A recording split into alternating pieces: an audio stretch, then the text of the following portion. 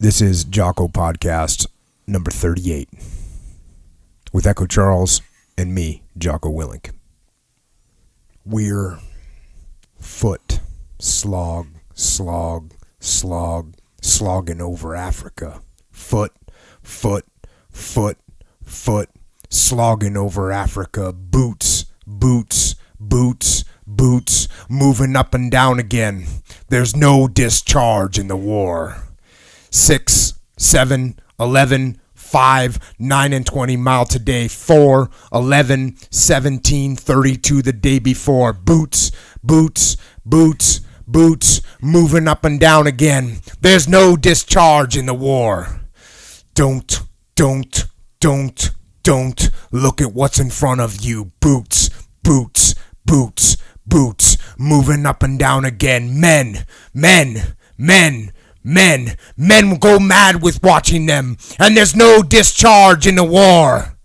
Try to think of something different. Oh my God, keep me from going lunatic. Boots, moving up and down again. There's no discharge in the war. Count the bullets in the bandoliers. If your eyes drop, they will get on top of you. Boots, moving up and down again. There's no discharge in the war. We can stick out hunger, thirst, and weariness, but not the chronic sight of them. Boots, moving up and down again, and there's no discharge in the war. Tain't so bad by day because of company, but night brings long strings of 40,000 million. Boots, moving up and down again. There's no discharge in the war. I have marched 6 weeks in hell and certify it's not fire, devils, dark, or anything but boots, moving up and down again, and there's no discharge in the war.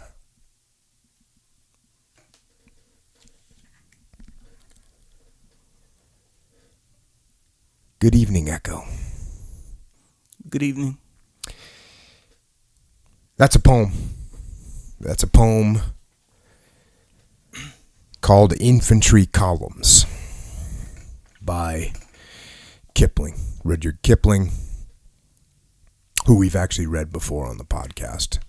He was a British correspondent. He was an author. He was a poet.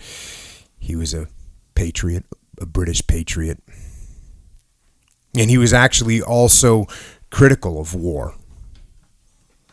And paraphrased from a book by a guy named David Gilmour, The Long Recessional, The Imperial Life of Rudyard Kipling. Kipling was deeply critical of how the war was fought, and by the way, he's talking about World War I, of how the war was fought by the British Army as opposed to the war itself, which is kind of like Hackworth. Hackworth was more opposed to the way we were fighting in Vietnam than he was opposed to the actual war itself. And he complained Kipling complained as early as October of 1914 that Germany should have been defeated by now. And something must be wrong with the British Army.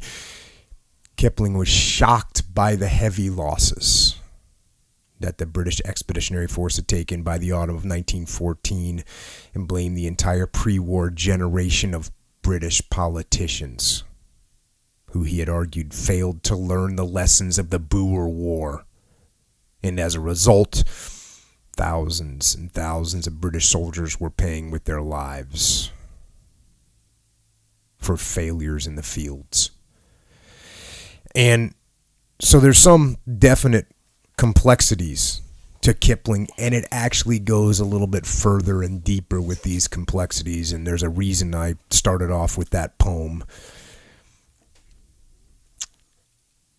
And that poem, it is pretty much attributed that the idea of that poem, which is obviously about marching long distances, and it's attributed to a series of forced marches that were led by, in the Boer War, which were led by Field Marshal Lord Frederick Roberts, who led 60,000 men on forced marches during the Second Boer War in South Africa. He led these forced marches that were almost 1,000 miles, 950 miles from Cape Town to Transvaal.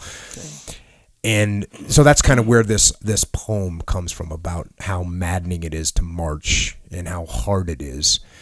But the other interesting piece of this is that Lord Roberts, who led this march, was actually personal friends with Kipling.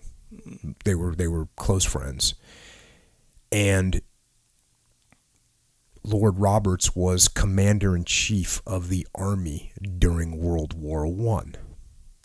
And at Kipling's request, at Rudyard Kipling's request, Lord Roberts allowed Kipling's son to be admitted to join the Irish Guard. He had some kind of a health problem. And so Rudyard Kipling called him up and said, hey, my son's got a little health issue, but he needs to get in the game. And Lord Roberts worked it out, commander-in-chief of the army, and got him admitted to the Irish Guards. It was actually his eyesight. He had poor eyesight. And so the horrible piece, I guess, of that is that, as I mentioned the first time we read a Kipling poem on here, is that Rudyard Kipling's son, John Kipling, was killed in September of 1915 at the Battle of Loos, where the British suffered 60,000 casualties in 3 weeks of fightings. 60,000 casualties. His body was never identified, and he is one of the 20,000 British dead that are commemorated by the Loos Memorial. And while his body was never found, there were accounts that he was last seen slogging through the mud blindly after a violent shell explosion had ripped off his face.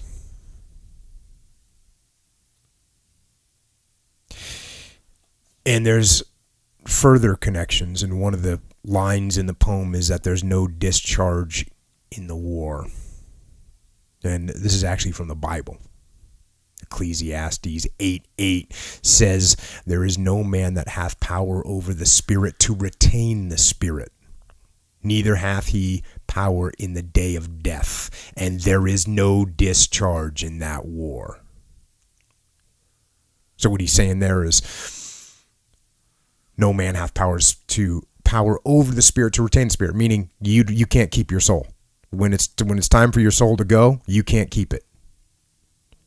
And then neither hath he power over the day of death. Obviously, you have no power to overcome death.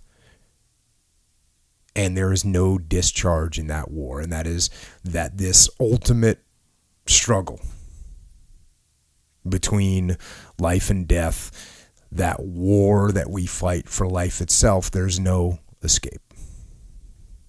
You can't get out of it. There is no discharge from that war.